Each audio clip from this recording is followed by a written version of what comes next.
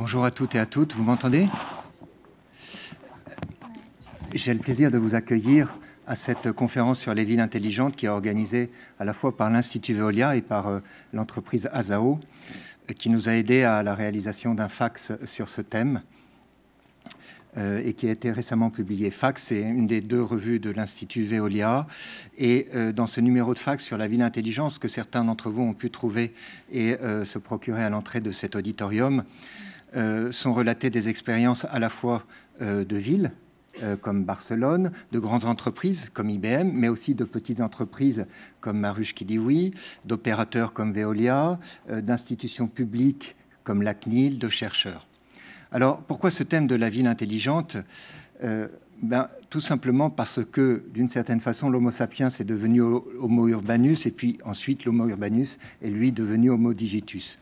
Et c'est un petit aperçu de cette nouvelle civilisation urbaine qui émerge, que nous vous invitons à travers cette conférence avec 4 intervenants de qualité que je vais vous introduire dans quelques instants. Alors, la ville intelligente est un sujet d'actualité et qui fait l'objet d'une forte demande, bien que ce soit un concept encore un peu flou. On compte plus d'une centaine de définitions de ville intelligente. Nous n'allons pas les passer en revue, rassurez-vous. Mais il est sûr que la puissance d'Internet, alliée avec la puissance du big data, ont démultiplié l'univers du possible, en particulier pour les villes. Et c'est ainsi que les progrès digitaux se mutent en progrès urbains. Il n'est que voir, par exemple, comment les infrastructures se peuplent de capteurs, de compteurs en tous sens, qui permettent de suivre en temps réel un certain nombre de données qui optimisent le fonctionnement de la ville. Alors effectivement, avec le digital, tout change. Les infrastructures changent, les services changent, les relations entre les opérateurs, entre les maires, entre les citadins changent. Et c'est ce que nous allons voir dans un instant, avec des exemples qui proviennent pour une part de pays en développement, pour une part de pays développés. Dans les pays en développement, il faut bien voir qu'effectivement, la puissance du digital permet de compenser rapidement les défaillances de certains services publics. Il n'est que voir que l'exemple de Nairobi, où un certain nombre d'applications permettent de faciliter les transports dans cette mégalopole tentaculaire et qu'on pourrait qualifier d'ingérable, et à laquelle, d'une certaine façon, à la gestion de laquelle, d'une certaine façon, le digital vient au secours. Mais il ne faut pas se leurrer, aussi performantes soient les meilleures technologies digitales, elles ne pourront pas se substituer à des réseaux qui n'existent pas, à des réseaux d'eau potable qui n'existent pas, à des réseaux d'électricité qui n'existent pas.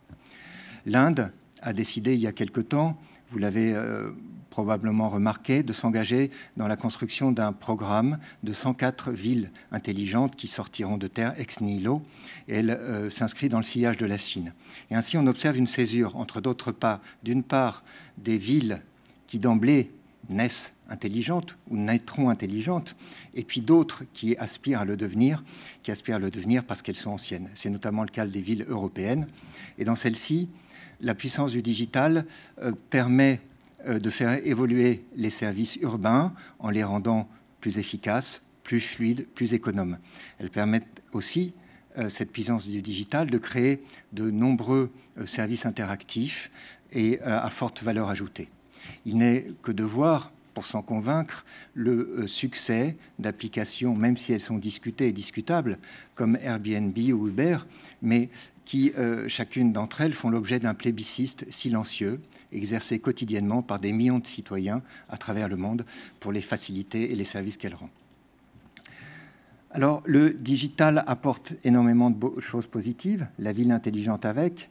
Simplement, il faut bien avoir conscience, évidemment, que ces technologies sont marquées du sceau de l'ambiguïté. Parce que, à quoi va servir cette technologie digitale, par qui vont être exercés les contrôles, à quelle fin? Ce sont autant de questions qui font que la ville digitale est perçue aussi par une fraction de la population avec inquiétude.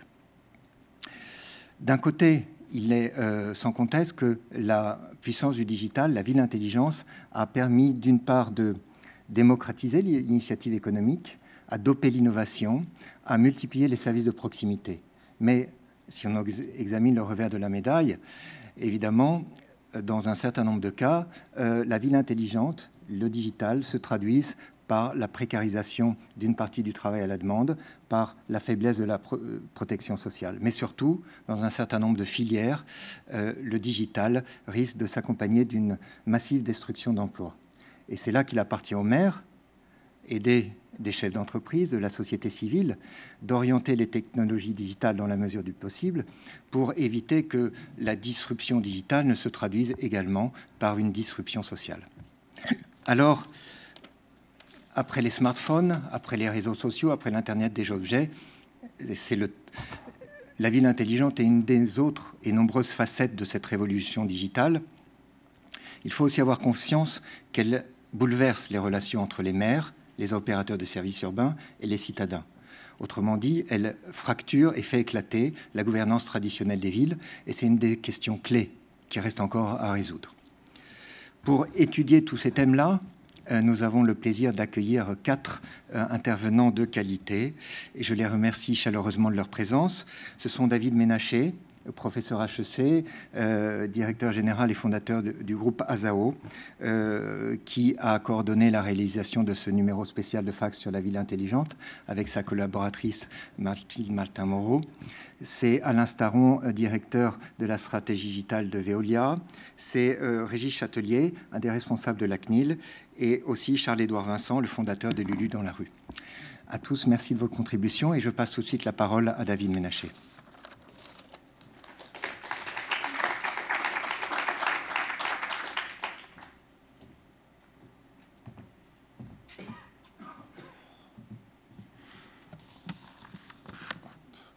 Bonjour à toutes et bonjour à tous, un grand merci d'être avec nous. Merci beaucoup Nicolas pour cette introduction. Donc j'ai en effet eu le plaisir de coordonner ce numéro Fact sur les villes intelligentes à la croisée des chemins. Juste quelques mots pour compléter le propos de Nicolas et d'introduire la conversation qu'on va avoir dans un instant. Le concept de ville intelligente, ou de smart city en anglais, c'est un concept qu'il est parfois un peu difficile à appréhender. C'est une espèce de savon qu'on a un peu du mal à attraper. Tant à la fois le concept de ville et de l'autre le concept de digital sont eux-mêmes des concepts qui sont entre guillemets multidimensionnels. Et de mélanger 2 concepts multidimensionnels, ça donne en effet un concept qu'il est difficile à appréhender. La ville tout d'abord, parce que c'est entre guillemets un phénomène global, comme le disait le géographe Guy Burgel, phénomène total au sens où c'est d'abord un espace politique, la cité, mais c'est aussi un espace politique et social, économique et social, pardon, un lieu de consommation, de production, mais aussi un lieu de divertissement, donc entre guillemets déjà un concept global. Par effet de miroir, le digital, c'est également une technologie complètement transverse qui bouleverse de nombreux, je dirais, éléments de la ville. Donc un concept qu'il est difficile d'appréhender, de circonscrire, de définir précisément.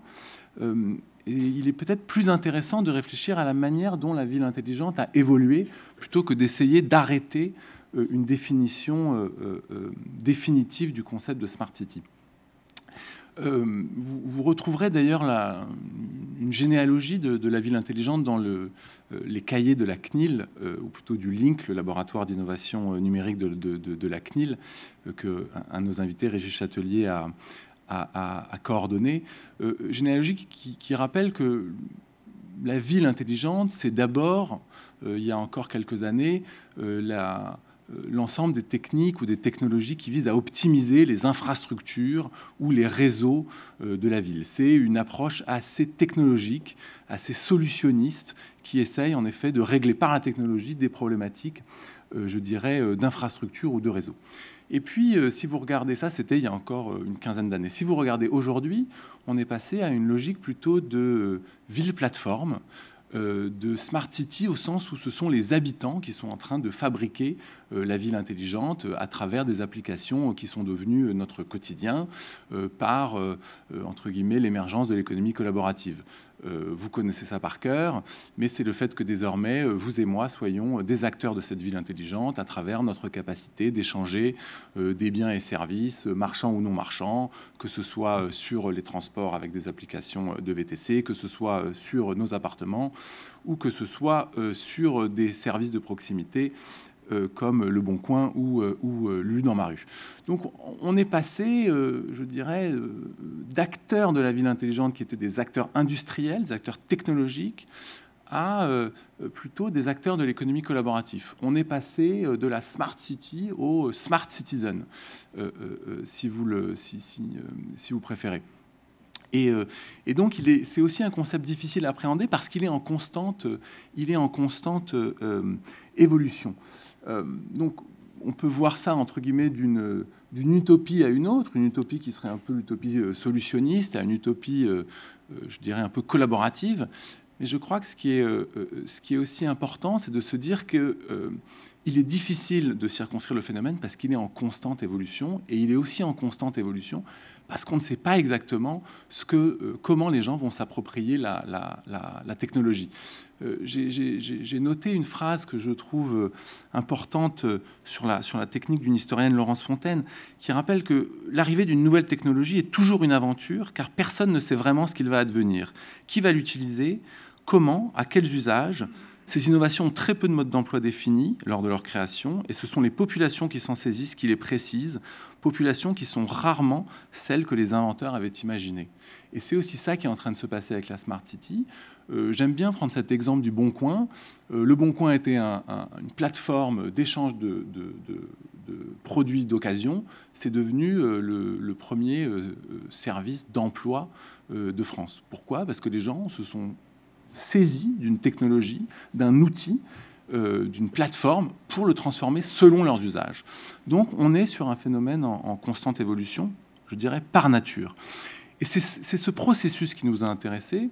Et donc, au lieu d'essayer un peu vainement de définir ce qu'est la Smart City, on s'est plutôt dit comment essayer d'analyser ce processus et comment essayer de réfléchir à la manière dont ce processus, entre guillemets, met en scène l'interaction entre l'évolution sociale et l'évolution technologique. Parce que je crois que c'est ça qui est important, c'est de se dire, la Smart City, elle prend son essor ou elle naît quand, je dirais, l'évolution technologique rencontre l'évolution sociale. Il y a une responsable politique française, pas pour lui faire de la pub en particulier, mais c'est parce que j'ai trouvé son intervention intéressante, Nathalie Kosciusko-Morizet, qui disait les changements d'ère surviennent quand une nouvelle technologie rencontre des valeurs. Ce n'est pas l'imprimante qui a changé le monde, c'est la rencontre entre l'imprimerie et les valeurs des Lumières. Avec le numérique, on assiste à quelque chose de cette importance. Et c'est ça qui nous a intéressés dans ce numéro Fax, c'est de comprendre l'interaction entre les valeurs sociales et les évolutions technologiques. Après, et c'est ça le point, quels sont exactement les changements d'air que nous souhaitons? Et c'est pour ça qu'on a appelé ce numéro Facts à la croisée des chemins. Quels sont les changements d'air que nous, effectivement, que nous appelons de nos voeux? Et Nicolas, tout à l'heure, évoquait le caractère ambigu, le caractère ambivalent du numérique ou du digital et des villes intelligentes, un peu à l'image d'un Janus, avec une face un peu rayonnante et puis une face un peu plus sombre qui pose un certain nombre de questions. Et cette question du quel changement d'air, entre guillemets, c'est finalement dans quelle mesure le digital rend possible les promesses de la ville. Et quelles sont les promesses de la ville? La première promesse, entre guillemets, c'est la promesse d'une efficacité, la promesse un peu utilitariste, la promesse de services qui fonctionnent. Et un des points qu'on va évoquer aujourd'hui, c'est dans quelle mesure la ville intelligente garantit ou rend possible cette promesse d'une ville plus efficace. Plus efficace parce qu'effectivement optimisée, mais quels sont les risques de cette optimisation, et notamment les risques évidents que font courir les nouvelles formes de robotisation, risques évidents sur la partie sociale. Donc réfléchir d'abord à cette promesse d'efficacité. Deuxième promesse de la ville, et sans être grandiloquent, la ville, c'est toujours une promesse d'une vie meilleure. Je vous renvoie à un livre magnifique d'Edward Glaser sur le triomphe de la ville, qui rappelle combien, avant tout, la ville, c'est la promesse de la mobilité sociale, et c'est la promesse pour les plus pauvres, entre guillemets, de s'en sortir et d'avoir accès à une vie meilleure. Dans quelle mesure le digital rend possible cette promesse d'une vie meilleure dans la ville?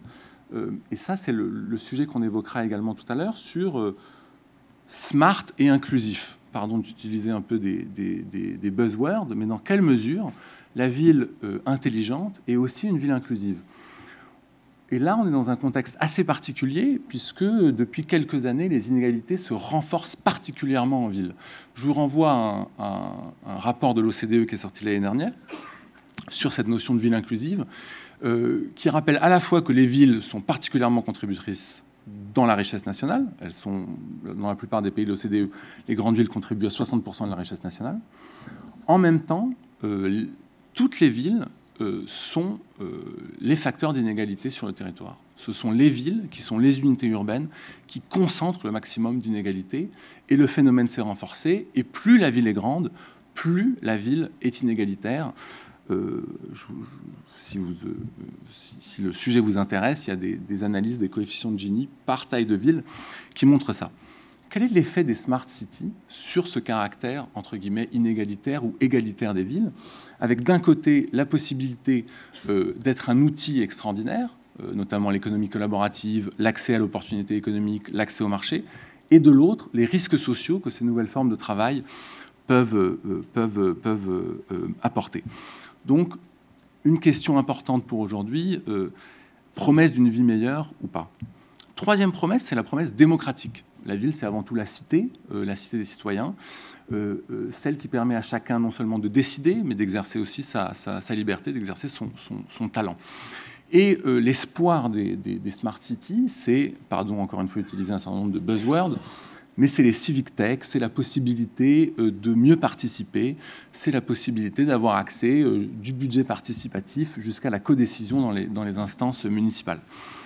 En même temps, les smart cities, et c'est un point qu'on devra discuter, sont à la fois organisés par des citoyens, les fameux smart citizens, par les villes, les smart cities, mais aussi par d'autres acteurs, des acteurs sous forme souvent d'applications, des interfaces, des acteurs industriels qui maîtrisent parfaitement la donnée et qui sont aujourd'hui, en tout cas, qui risquent, selon certains, de privatiser l'espace public parce qu'ils commencent à privatiser la gestion des données.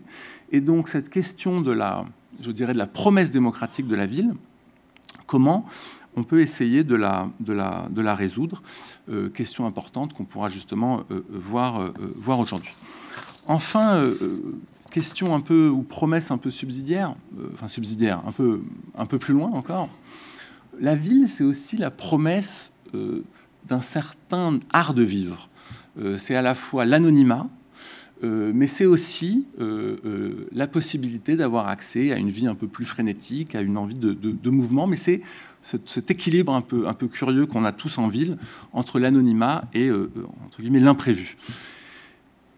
Et là aussi, quel est l'impact des smart cities? Dans quelle mesure les smart cities nous garantissent encore une forme d'anonymat? C'est la question qu'on a tous en tête quand on pianote sur nos applications préférées de Facebook ou autres, sur la protection de nos données et à qui appartiennent ces données. Donc, comment on arrive à garantir cette promesse d'anonymat que la ville, entre guillemets, nous avait faite? Donc, ce sont un peu ces questions-là qui à la fois traversent ce numéro Facts et qu'on souhaiterait évoquer aujourd'hui avec vous. Donc, ce numéro est très rapidement structuré en 3 parties et j'espère que cette conférence vous donnera l'occasion de le parcourir ou de le lire. Une première partie qui vise justement à réfléchir un peu aux conditions de légitimité de la ville intelligente.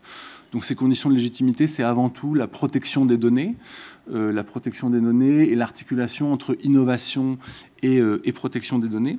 Et puis c'est une autre condition à laquelle on a essayé de réfléchir, c'est dans quelle mesure la technique nous rend plus ou moins, je dirais, encore maître de nous-mêmes, avec un entretien que je vous invite à lire de Matthew Crawford sur l'importance de garder contact avec, entre guillemets, la ville réelle et pas simplement la ville numérique. Donc vous verrez une première partie autour des conditions de légitimité, une seconde partie sur quels sont les équilibres à essayer d'atteindre pour développer une approche holistique de la ville intelligente, équilibre entre différentes tensions que j'ai évoquées il y a un instant, mais tension entre le physique et le digital, et c'est un point qu'on évoquera aujourd'hui, notamment avec Lulu dans ma rue, sur comment on peut articuler à la fois les technologies digitales et je dirais des infrastructures physiques.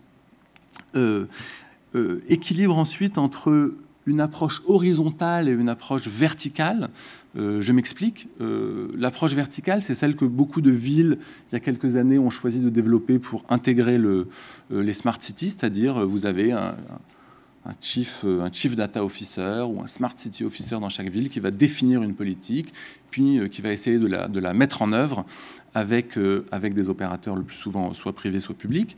Ça, c'est l'approche verticale. Et puis, vous avez l'approche horizontale, qui est plutôt la manière dont les citoyens se saisissent de ces technologies et réinventent pour eux, par eux, avec eux, la ville intelligente. Comment, aujourd'hui, on réfléchit à l'articulation entre, d'un côté, cette approche verticale et ces approches horizontales?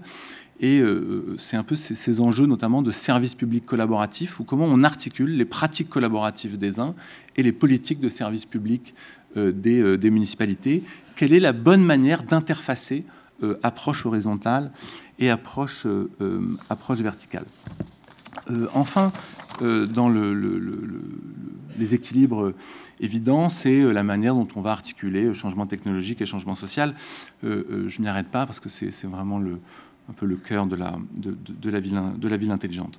Et puis donc ça, c'était cette deuxième partie du numéro. Et puis la troisième partie, c'est plutôt sur les cadres qu'on pourrait imaginer pour passer à l'échelle, et notamment un cadre à la fois de partenariat public-privé un peu renouvelé, et un cadre de service public collaboratif qui seraient des manières intéressantes de passer à l'échelle ces notions de Smart City.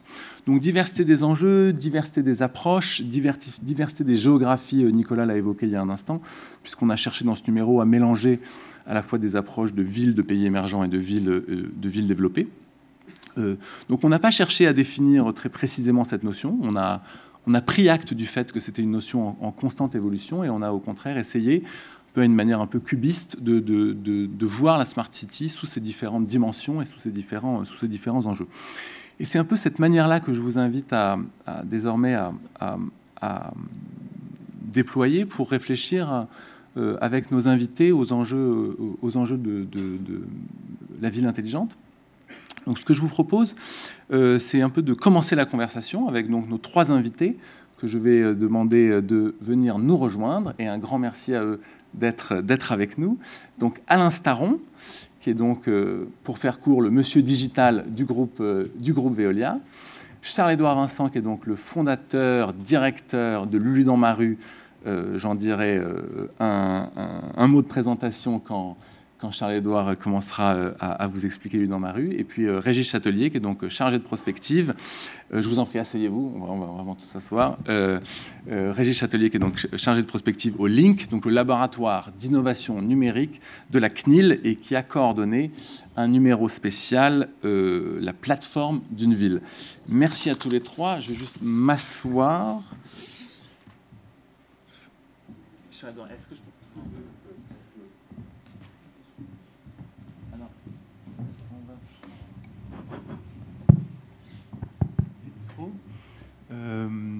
Donc, je vous propose de commencer, entre guillemets, par le local de l'étape, Alain Staron. Donc, Alain Staron, vous êtes monsieur digital du groupe Veolia. Et on a souhaité commencer d'abord par votre perspective, à la fois comment un groupe comme Veolia peut s'approprier ces sujets de ville intelligente, quels sont les enjeux que vous voyez chez vos clients, évidemment ville, mais aussi pourquoi pas industriel, et comment vous organisez la transformation d'un groupe comme Veolia pour approcher ces sujets. Merci David. En fait, je voulais commencer par rebondir sur deux... Je ne sais pas si on peut avoir les... J'ai quelques slides à projeter. Bon.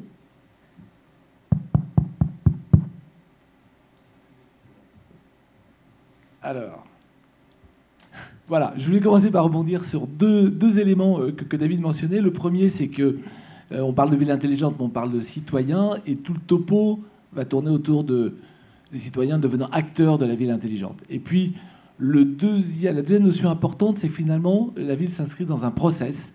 Et donc, je vous proposais de commencer par prendre un peu de recul sur c'est quoi le process des villes. Et en commençant par, il y a 2000 ans, 2000 ans avant Jésus-Christ, la plus grande ville de l'époque, c'était Thèbes, dans l'ancienne Égypte, et 40 000 habitants. Et pourquoi est-ce qu'on était arrivé là, à ce moment de l'histoire, à faire des villes comme ça? D'abord pour se protéger de la faune animale sauvage et pas toujours compatissante. Donc ici, on chasse. Ensuite, parce qu'on commerçait, et donc c'est un bon endroit pour échanger. Ensuite, parce qu'aussi on se divertissait, et donc c'est pas une composante à éliminer totalement des villes. Et puis, nous sommes quand même des animaux, donc il fallait pas oublier les endroits où on pouvait, faire ses besoins tout à fait naturels et primaires. Il s'est rien passé en termes d'évolution de ville, je parle que de ça, en termes de taille de ville, jusqu'au 19e siècle, où à la fin du 18e, la ville de Manchester avait 22 000 habitants, pour 50 ans après en atteindre 100 000 et très très vite monter jusqu'à 700 000 habitants. Qu'est-ce qui s'est passé au 19e siècle? On a commencé par construire ce canal pour amener des mines de charbon, des mines de charbon jusqu'à la ville de Manchester, et c'est pour ça que Manchester a pu se développer avec des usines de textiles, qui n'étaient pas toujours sympas parce que de temps en temps on faisait aussi travailler des enfants, mais ça donnait une ville assez florissante, vue de l'extérieur, sachant que quand même, vue de l'intérieur, vous pouvez voir ici, si j'y arrive, des ouvriers qui habitent tous au même endroit, le seul bassinet où ils pouvaient faire leurs besoins. On trouvait partout en ville ces grands réceptacles qui étaient là pour recueillir l'eau de pluie, parce qu'il n'y avait pas d'eau courante, évidemment. Et puis, on fait un saut, 700 000 habitants environ, quelques centaines de milliers d'habitants pendant ces années-là, jusqu'à maintenant, où les villes ont couramment plusieurs millions d'habitants. Ici, c'est Houston. Elles se développent avec deux dimensions, la dimension verticale que vous voyez ici et la dimension horizontale que vous voyez ici. L'origine de cette troisième phase des villes, on la doit en particulier, mais évidemment pas seulement, à William Levitt, qui est le premier à avoir appliqué les standards de production de masse aux maisons. Et il est allé au bout de l'exercice en disant, finalement, ça vaut le coup de vivre en ville dans sa maison. J'ai tout mis dans la maison. J'ai même mis la télévision. J'achète la maison, la télévision est dedans.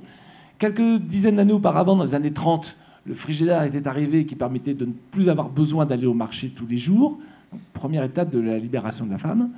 On a eu évidemment la voiture, mais la voiture n'aurait rien été sans les parkings devant les centres commerciaux et sans cette intervention de 1937 du caddie. Voilà où on en est aujourd'hui. Et finalement, ce qu'on peut comprendre à travers ça, c'est que finalement, les villes sont là pour rendre les gens plus libres, leur donner un peu plus de pouvoir. Est-ce que pour autant, ça leur rend leur vie plus facile? Ça, c'est Moscou aujourd'hui, probablement la ville la plus embouteillée de la Terre. Ça, c'est Xinjiang, toujours aujourd'hui, probablement la ville la plus polluée de la Terre. Ça, c'est Delhi, avec un gros problème d'énergie. Ça, c'est une petite ville belge, Bezvin. Je n'ai pas voulu prendre une ville française pour parler des problèmes de propreté, parce que ce n'est pas qu'endémique, ça peut être aussi, social. Et puis enfin, Bafoussa au Cameroun, où on voit bien qu'on a des problèmes d'eau. Je veux dire par là, c'est que ce soit la circulation routière, la qualité de l'air, l'énergie, la propreté ou l'eau, la taille des villes, des gens qu'on rassemble, crée des problèmes. Regardez la taille des villes. Vous avez aujourd'hui 20 villes qui ont plus de 15 millions d'habitants. Alors, on peut noter, on y reviendra tout à l'heure, là-dedans, l'immense majorité est asiatique. Il y a une seule ville européenne, 3 villes nord-américaines et une ville sud-américaine, une ville africaine. Donc, la population est principalement urbaine, même si on voit bien que l'Asie a encore pas mal de ruralité. Mais si on se passe en 2030, vous voyez que Homo urbanus, dont parlait Nicolas, est une réalité. Et la question devient, puisqu'on a grandi en taille, comment fait-on pour éviter les problèmes dont on vient de parler dans des villes aussi grandes? Et donc on va se retourner vers la technologie, même si sans valeur la technologie n'est rien, mais sans technologie on a du mal à faire émerger des valeurs. Donc regardons dans le cas de l'eau, qu'est-ce qu'on a fait? On a fait d'abord, il y a très très longtemps, on habitait là, autour des sources. Et puis ensuite on a creusé des puits, donc on pouvait habiter plus loin des sources, il suffisait de creuser, de trouver la nappe phréatique. Et puis après on a construit les aqueducs, donc on pouvait s'éloigner un peu. Mais jusque dans les années 1750, ça s'est paré, des porteurs d'eau ont continué à livrer l'eau à dos d'homme dans tous les appartements de la ville. Et puis est arrivée la machine à vapeur, ici. La machine à vapeur a permis de mettre de l'eau dans des châteaux d'eau, de construire des réseaux et enfin d'obtenir l'eau courante. Néanmoins, le dernier robinet, la dernière maison équipée d'un robinet d'eau courante en France a été équipée dans les années 80. On se rend bien compte que c'est un progrès qui est très lent, qui est arrivé jusque très récemment dans toutes nos villes, et on parle là de l'accès classique à l'eau. Problème, de nouveaux problèmes arrivent maintenant. Le premier, c'est ce qu'on appelle le stress hydrique, le fait que on commence à manquer d'eau. Vous voyez ici l'évolution, ça ne va pas aller en s'arrangeant. Et puis le deuxième sujet est un sujet de qualité. J'ai pris ici des mesures d'Afrique du Sud, où si vous regardez Cape Town ici, vous voyez, c'est le taux de conformité par rapport aux coliformes et aux coliformes comme ça. On se rend bien compte qu'il vaut mieux éviter de boire de l'eau potable au Cap. Et donc les deux problèmes auxquels on fait face maintenant sont des problèmes, un, d'accès à l'eau pour tous, et deux, de qualité d'eau, en plus de tous les autres. Et donc, la question, c'est quelle technologie nous permet de résoudre ça? Alors, on a vu la révolution industrielle. À quoi faut-il s'attendre maintenant? Je vais prendre... on a identifié quatre sujets importants et qui ont tous eu un événement fort l'année dernière, en 2016. Le premier, c'est l'Internet des objets. Qu'est-ce qui s'est passé en 2016, l'Internet des objets de particulier? L'ensemble des opérateurs télécoms du monde entier, 825 opérateurs, se sont mis d'accord pour offrir de manière standard des solutions d'Internet des objets. Ça veut juste dire que depuis l'année dernière, il existe des standards permettant à chaque objet de communiquer, et comme c'est standardisé, à des coûts très compétitifs. L'origine du déploiement des objets en nombre sera consécutif à ce standard. Le deuxième sujet, c'est l'intelligence artificielle. Vous savez qu'en 2016, AlphaGo a battu le champion du monde de Go. Donc c'est aussi passé l'année dernière. Et simplement, l'intelligence artificielle, c'est un cerveau, comme tous nos cerveaux. S'il n'est pas nourri, il ne permet pas d'être performant. Et c'est l'Internet des objets qui va le nourrir. Le troisième sujet, ce sont les plateformes collaboratives dont on a déjà parlé. En 2016, Airbnb a vu sa capitalisation boursière dépasser celle de Hilton, ce qui caractérise comment les plateformes collaboratives rendent quelque part, je dis bien quelque part, le pouvoir à chacun d'entre nous, à chaque individu. Et puis, le dernier sujet dont on a commencé à parler, qui sont les robots. En 2016, vous avez pu, si vous habitiez à Lyon, à Singapour ou à Pittsburgh, emprunter des véhicules autonomes pour faire des tests autres que techniques, commencer à rentrer des tests commerciaux. Voilà ce qui s'est passé l'année dernière. Et c'est les 4 piliers qui construisent ce que devient la ville. On en a fait quoi, nous, pour raison des problèmes de l'eau? On en a fait des solutions pour traiter tous ces problèmes, en particulier autour de l'Internet des objets. Vous voyez ici ce qu'on a fait sur les capteurs et compteurs connectés. Donc on connecte tous les réseaux, ce qui nous permet ici d'avoir une vue d'ensemble d'un réseau, de le maîtriser totalement. C'est-à-dire, ça permet de réagir très tôt quand il y a des problèmes, ça permet d'avoir une vision globale et d'être en interaction, y compris avec chacun des habitants, grâce à des applications mobiles. Ce système-là, qui est un système digital, on l'a appelé Waternamics, c'est le système d'hypervision des réseaux d'eau. Et puis, on rend comme ça plus fort, plus efficace tout le cycle de l'eau. Et si on sait le faire pour l'eau, on le sait faire pour tous nos métiers. On le fait donc aussi pour les déchets, on le fait aussi pour les réseaux de chaleur. Et donc on appelle ça Urbannamics. C'est les moyens que nous avons trouvés, nous, pour rendre les infrastructures de la ville plus efficaces. Quand on fait ça, on répond à la demande de Paola Pisano, qui était à Innovative City, la conférence Innovative City à Nice l'été dernier, et qui disait, moi, pour rendre ma ville Turin plus intelligente, j'ai besoin de faire 3 choses. J'ai besoin de rendre les infrastructures plus efficaces. On vient de répondre. Et ça concerne les gens comme nous qui sont des opérateurs. J'ai aussi besoin d'avoir un de mes outils qui permet de créer ma gouvernance, de la modifier. C'est moi qui fais les lois sur mon territoire, c'est moi qui ai besoin de comprendre comment tout ça doit s'organiser. Donc j'ai besoin de favoriser ma gouvernance, c'est pour ça que j'ai besoin d'outils. Et puis, dernière chose, j'ai besoin de faire en sorte que les Turinois modifient leurs usages, parce que dans une ville ou dans un territoire où les ressources sont limitées, il va bien falloir que tout le monde s'y mette. Quand elle fait ça, elle fait le changement de paradigme que je vais exposer à l'instant et qui va vous éveiller des souvenirs ou des remarques. Le changement de paradigme est le suivant. Je prends une organisation verticale, de haut en bas, on en a parlé tout à l'heure. Silotée, cette organisation devient circulaire. Je suis obligé, pour être efficace maintenant, de faire parler chacun avec tout le monde. Ça, c'est dans une organisation, j'ai encore le patron au centre. Mais si je raisonne en économie, j'ai une entreprise qui a plusieurs clients et plusieurs fournisseurs. Et puis finalement, ce changement de paradigme fait qu'elle devient à la périphérie d'un réseau qui n'a plus de centre. Ce passage du mode hiérarchique au mode latéral, ça s'appelle la transformation digitale.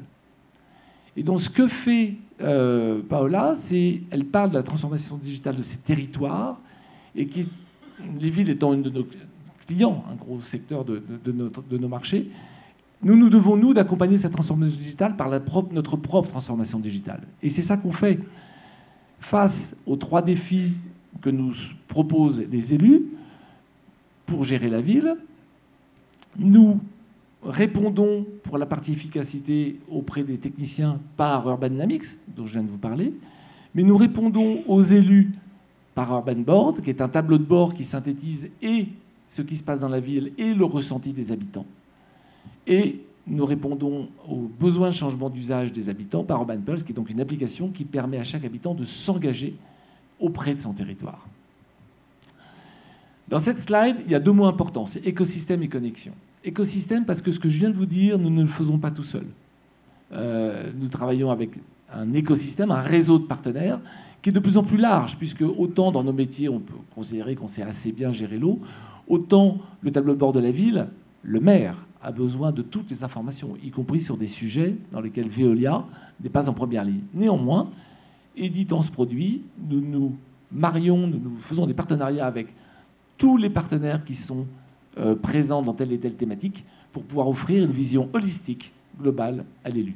Même chose au niveau des applications pour les habitants, puisque la ville est un panaché de services dont Veolia ne maîtrise qu'une toute petite partie, et c'est bien sûr.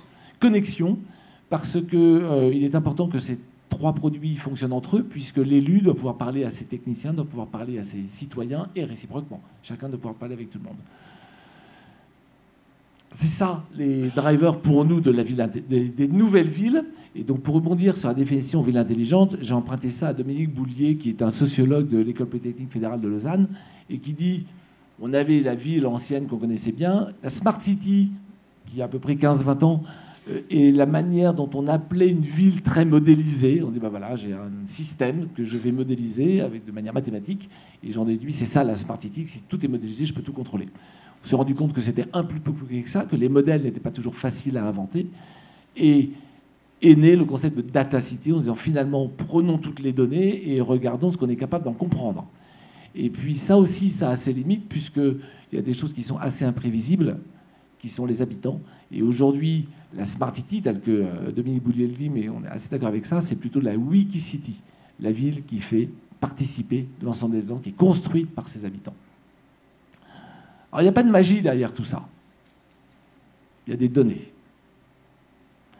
Alors, bonne nouvelle, néanmoins, c'est que l'Internet des objets dont je vous ai parlé tout à l'heure va multiplier le nombre de données. Et c'est une bonne nouvelle. Sans données, c'est comme quand on n'avait pas l'électricité, et avant qu'on n'avait pas le feu, on n'est pas aussi moderne, confortable qu'avec. Donc il faut des données. Ça, c'est la bonne nouvelle. La moins bonne nouvelle, c'est qu'aujourd'hui, ces données sont surtout maîtrisées par des GAFA, avec les travers qu'on connaît. Donc Régis n'en parlera pas, mais hier, la CNIL adressait une mise en demeure à WhatsApp sur le thème du pillage des données de WhatsApp pour les envoyer à Facebook. Typiquement, on a un sujet avec ces opérateurs de protection de la vie privée qui est un sujet très européen. Vous parlez à un Américain, il trouve normal que ces données passent chez ces gens-là et au ministère de l'Intérieur américain. Ça ne les gêne pas plus que ça. On a plus de soucis en Europe avec ça. Mais c'est mieux que les BATX chinois qui, eux, ont une vision encore plus lointaine de la notion d'individu, la nation étant ce qui prime beaucoup pour eux. Et quand on regarde l'Europe aujourd'hui, finalement, on est quelque part coincé entre les GAFA et les BATX, ce qui me fait penser à un proverbe ivoirien, c'est que quand deux éléphants se battent, c'est l'herbe qui souffre. Et donc je ne peux m'empêcher d'espérer que nous aurons un GAFA européen bientôt, et peut-être que dans ce GAFA, il y aura un V. Je ferme la parenthèse ici.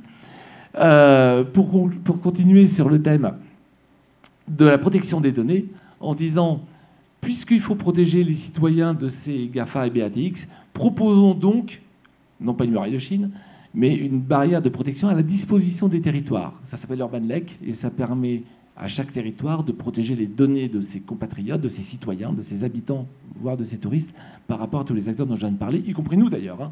L'objectif est bien de respecter la vie privée. Et puis le dernier sujet dont j'ai parlé, mais dont on n'a pas vu encore la concrétisation, c'est les robots. J'entendais dire que les robots, c'était dangereux pour les emplois. Effectivement, on peut penser ça. Notre vision, c'est plutôt ça, le robot collaboratif. Et juste pour souvenir, j'ai une anecdote qu'on m'a racontée récemment. Dans les années 20, quand les tracteurs sont arrivés dans les grands champs américains, on aurait pu mettre les paysans qui travaillaient à la main au chômage. Ben non, on les a renvoyés à l'école parce qu'ils avaient tous moins de 15 ans. Et donc le robot a permis l'éducation des masses, de nous humains. Donc elle nous fait monter. C'est pour ça qu'il ne faut pas les voir comme des ennemis ou des concurrents, mais plutôt comme des alliés qui vont nous aider à grandir. Pour conclure, ça nous donne donc une gamme de produits constituée de 5 produits. UrbanLEC pour protéger les habitants avec leurs données personnelles. Urban Dynamics pour améliorer l'efficacité des villes, des infrastructures des villes. Urban Board pour aider les élus à y voir clair et prendre les meilleures décisions. Urban Pulse pour permettre à chacun de s'engager. Et Urban Bots pour nous aider tous. Ça aide la transformation digitale des villes. C'est basé sur ces 4 technologies que sont l'Internet des objets, l'intelligence artificielle, les plateformes collaboratives et les robots.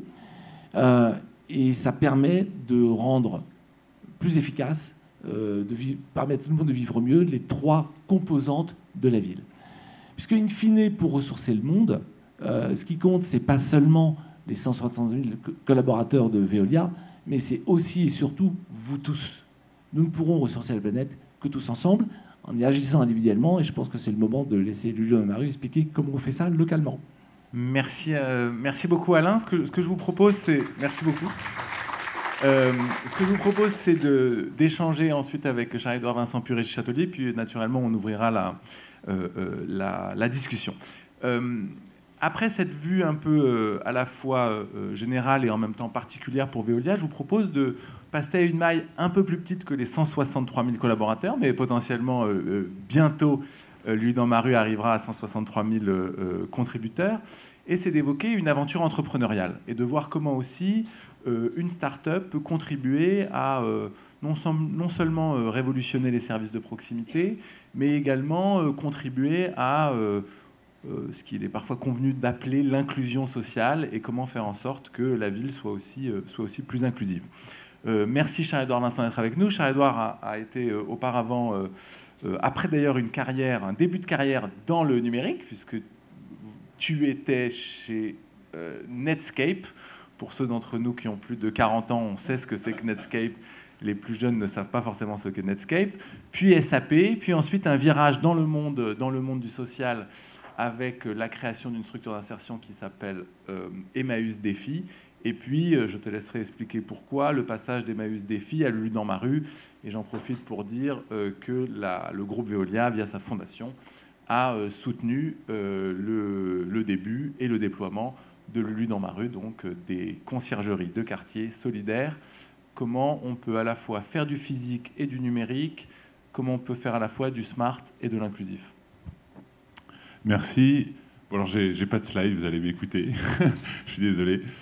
La Fondation MyAidé continue à nous aider. Hein. C'est encore cette année un très gros soutien pour notre projet social. Je vais vous expliquer donc ce que fait Lulu dans ma rue et puis vous expliquer comment ça s'inscrit dans une vision de la ville, en fait, hein, et de l'évolution de la ville autour d'enjeux sociaux, puisque toute la technologie apporte du progrès, mais il ne faut pas oublier les plus fragiles et ceux qui sont souvent loin de ces technologies, et s'assurer qu'ils ne sont pas laissés sur le quai quand tout le monde monte dans le TGV du numérique. Alors, en 2 mots, Lulu dans ma rue, c'est quoi? C'est un concept nouveau de conciergerie de quartier. Donc finalement, j'ai envie de dire, le concept de conciergerie de quartier, c'est un terme qu'on a créé avec Lulu dans ma rue pour dire qu'on voulait réinventer les petits boulots.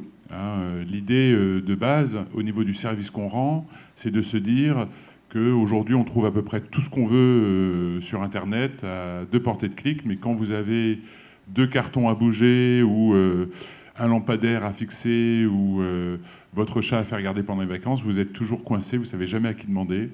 Et pourtant, dans un rayon de 50 mètres autour de chez vous, il y a quelqu'un qui serait content de pouvoir vous rendre ce service et de gagner un peu d'argent avec ça et de pouvoir se rendre utile.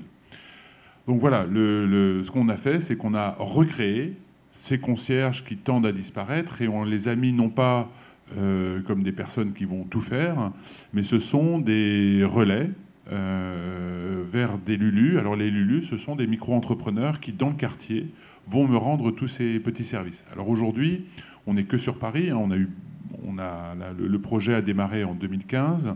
On a posé un premier kiosque dans le Marais, place Saint-Paul, un kiosque où se tient ce concierge, c'est-à-dire il y a une véritable infrastructure physique. Et puis vous avez une infrastructure numérique, donc avec des applis, et toutes les personnes qui vont rendre ces services, qui sont les Lulus, vont recevoir du concierge du kiosque toutes les demandes du quartier pour... Alors, notre première demande de service, c'est du petit bricolage. On a, je pense, cette année, fixé plus de 2000 tringles à rideaux dans Paris. Vous avez le deuxième axe, c'est tout ce qui est nettoyage, repassage, vitres. Alors, on est sur du ménage récurrent, mais aussi beaucoup de ménage ponctuel. Hein, on a beaucoup de personnes qui ne peuvent pas se payer une femme de ménage, mais qui ont besoin de temps en temps un gros stock de repassage qu'on n'arrive plus à résorber. Donc on fait appel à un Lulu qui va venir ponctuellement faire du repassage.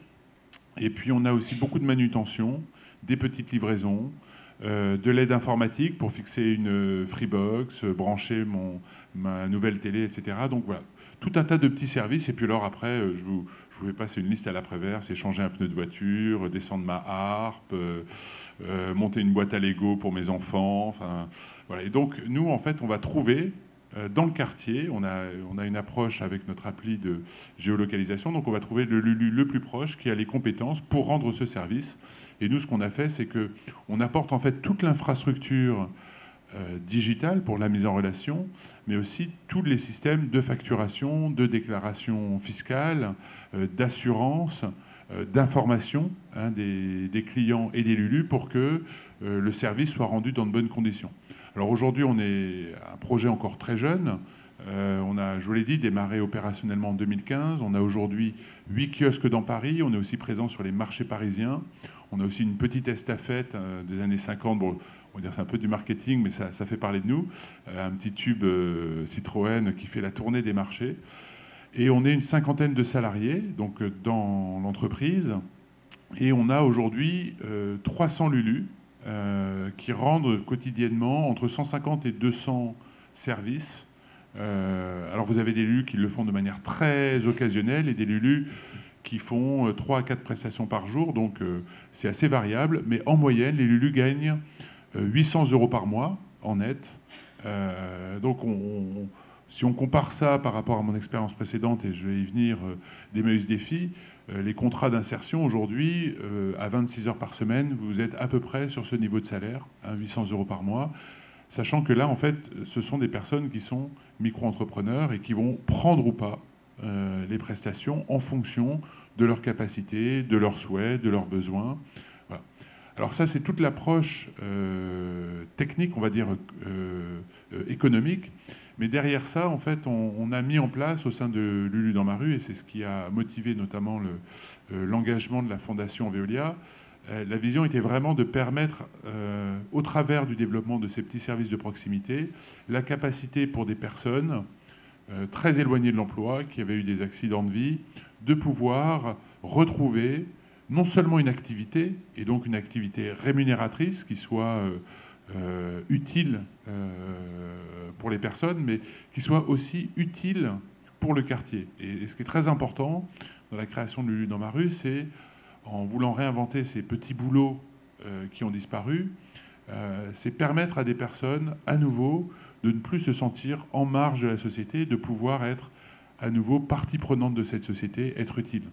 C'est sûr qu'aujourd'hui, alors, on a un système social qui a ses limites, mais qui globalement est très protecteur, mais qui a aussi beaucoup conduit les personnes à se sentir prises en charge, et donc avec tout ce que ça véhicule de lourd, en se disant finalement, on me fait comprendre que on n'a plus besoin de moi dans la société. Donc je touche mon RSA, j'ai mes allocations, mais finalement, la société, elle me fait sentir qu'elle n'a pas besoin de moi.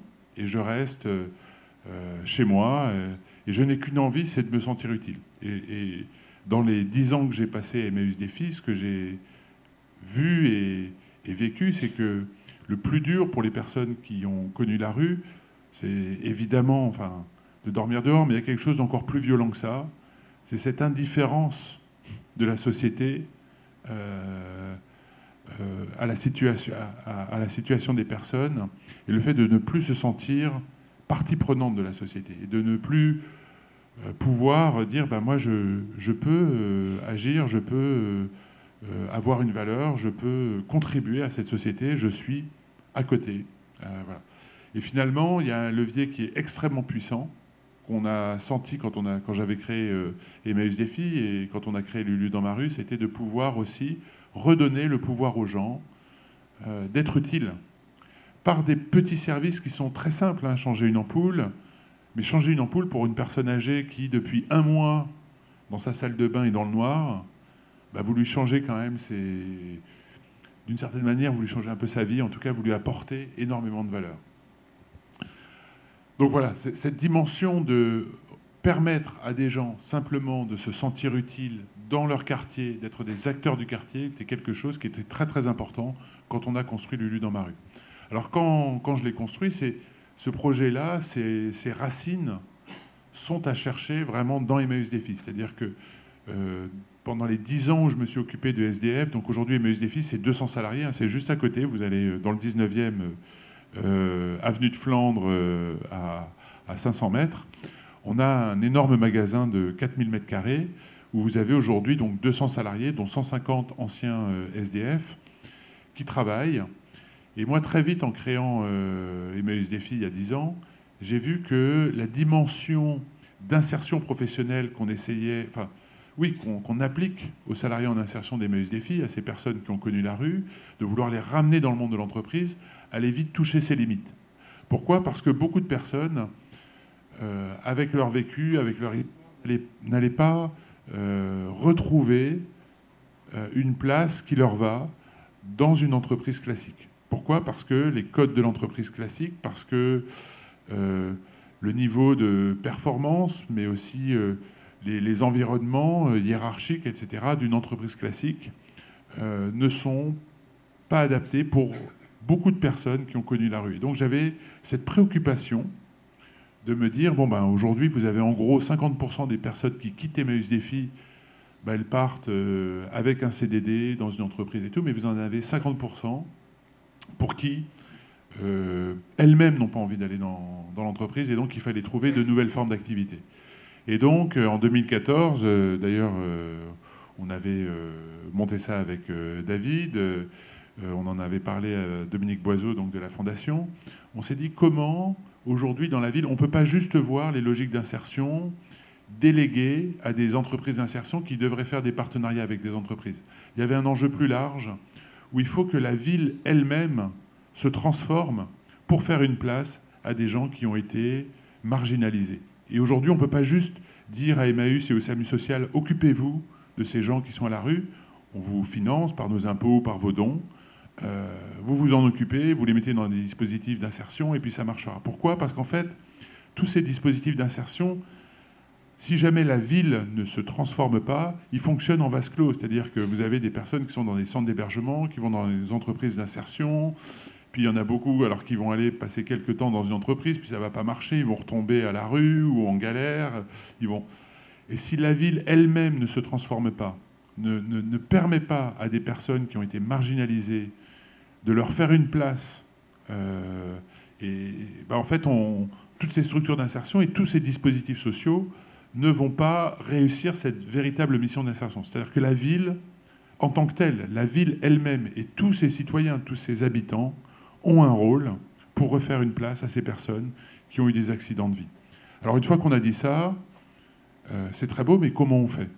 Et finalement, quand on a eu cette idée en 2014 avec David, avec l'aide de Veolia, qui nous a beaucoup soutenus, on s'est dit, mais le numérique, et aujourd'hui, nous donne des outils qu'on ne pourrait pas avoir, parce que ces plateformes digitales vont nous permettre cette mise en relation sécurisée entre des habitants d'un quartier et des personnes qui, localement, sont en difficulté, et on va pouvoir, du coup, réinventer, recréer tous ces petits services qui ont disparu et qui, du coup, nécessitent finalement peu de compétences, peu de qualifications, et donc vont être accessibles à tous. Et donc c'est ce qu'on a voulu construire, c'est-à-dire que dans cette plateforme, c'est vraiment une plateforme qui permet cette mise en relation, mais qui du coup donne l'accès à l'emploi bien plus facilement à toute personne. Alors nous, ce qu'on fait derrière, c'est qu'on est en soutien des personnes pour leur permettre d'accéder à la plateforme et de garantir le niveau de prestation, le niveau de qualité des prestations qu'ils rendent. Mais aujourd'hui, sans le digital, on ne pourrait pas recréer tous ces petits services. C'est-à-dire le temps de traitement des demandes, le suivi de la qualité de chaque prestation ne serait pas rendu possible si jamais on n'avait pas aujourd'hui tous ces smartphones et toute cette intelligence que nous apporte le digital. Et c'est ce qui nous a permis, alors pour vous dire aujourd'hui, c'est à peu près 200 000 € de chiffre d'affaires généré pour nos Lulu, qui est créé ex nihilo. C'est-à-dire qu'on ne fait de concurrence, on ne fait pas de concurrence aux artisans.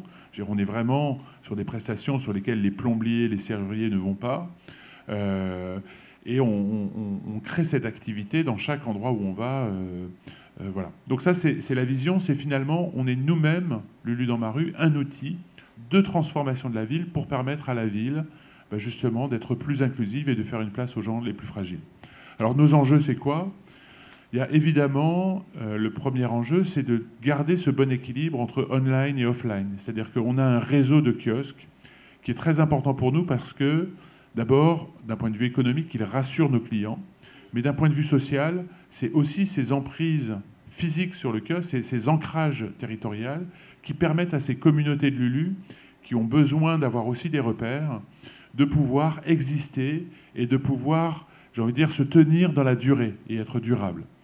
Donc cette articulation entre la nécessité d'avoir de l'intelligence via les outils du numérique ne doit pas, se complète et est très complémentaire avec tout le développement d'infrastructures physiques qui nous permet aussi de rassurer nos clients et de rassurer nos Lulu et du coup de porter notre véritable vision sociale du projet. Ça, c'est le premier enjeu, c'est de pouvoir continuer à accompagner un développement, alors qui est rapide, pour vous dire, en un an, on a fait x5 en termes d'activité. Il y a un an, on avait un kiosque, aujourd'hui, on en a 8. Il y a un an, on avait 80 Lulu, aujourd'hui, on en a 300. Il y a un an, on avait en gros 50 000 € de chiffre d'affaires par mois. Aujourd'hui, on en a plus de 200 000. Donc, puis on n'est pas en train de télécharger de la musique sur Internet, là. C'est chaque prestation, c'est un coup de fil, un rendez-vous calé, une prestation réalisée. Donc, ce que je veux dire, c'est que c'est des croissances qui sont difficiles à tenir, mais qui sont en tout cas encourageantes. Donc, notre premier enjeu, ça va être de pouvoir continuer à accompagner cette croissance entre le bon équilibre développement digital et développement physique. Le deuxième enjeu, c'est l'enjeu du modèle économique, évidemment. Nous, on prend une commission de 21% sur les transactions. Il est évident que, pour vous dire, le panier moyen d'une prestation Lulu, c'est de 50 €. Donc nous, on touche 9 €. C'est-à-dire 21% de 50 €, c'est pas 9 €, mais parce qu'on ne récupère pas la TVA, etc. Donc je ne vais pas rentrer dans les détails. Donc on touche 9 € par prestation réalisée. Donc pour vous dire, c'est pas beaucoup. Et en fait, on est obligé de réfléchir à des modèles hybrides sur lesquels, aujourd'hui, les entreprises et les collectivités ont un rôle à jouer. Et donc, pour nous, ce qu'on veut apporter et ce qu'on essaye de vendre aux villes et aux entreprises, c'est la création de nouvelles activités qui créent de l'activité pour des personnes loin de l'emploi, qui créent du lien dans les villes, parce que les Lulu aujourd'hui sont vraiment des vecteurs de lien, parce qu'il y a énormément de solitude et énormément de personnes démunies, de personnes âgées qui n'ont pas les moyens de se payer une aide à domicile tout le temps, etc., pour ces petits travaux. Et puis troisièmement, on crée vraiment du service aux habitants. Donc on apporte beaucoup de valeur à une collectivité locale et on réfléchit aujourd'hui à construire un modèle de délégation de services publics. Là, la prochaine collectivité où on va démarrer le Lulu dans ma rue, c'est Clichy, en première couronne, où en fait la ville prend en charge tous les frais de démarrage du service parce que il se dit ça va nous apporter de la valeur pour notre ville, ça va donner une dimension à la fois de service et une dimension humaine dont on a besoin. Et puis sur le modèle économique, dans la construction d'un modèle hybride, c'est aussi travailler avec des entreprises. Donc aujourd'hui, on réfléchit avec Veolia sur comment toute cette infrastructure humaine, mobilisable, avec une véritable relation de confiance des habitants du quartier, comment on peut, ensemble, construire des nouveaux modèles sur la reverse logistique, sur des enjeux de recyclage, sur tout un tas de modèles. Pour vous donner un autre exemple, on travaille avec Enedis pour ouvrir les portes, lorsque les techniciens d'Enedis viennent relever les compteurs. Beaucoup de portes à Paris sont fermées parce que les gens ont oublié qu'ils avaient rendez-vous.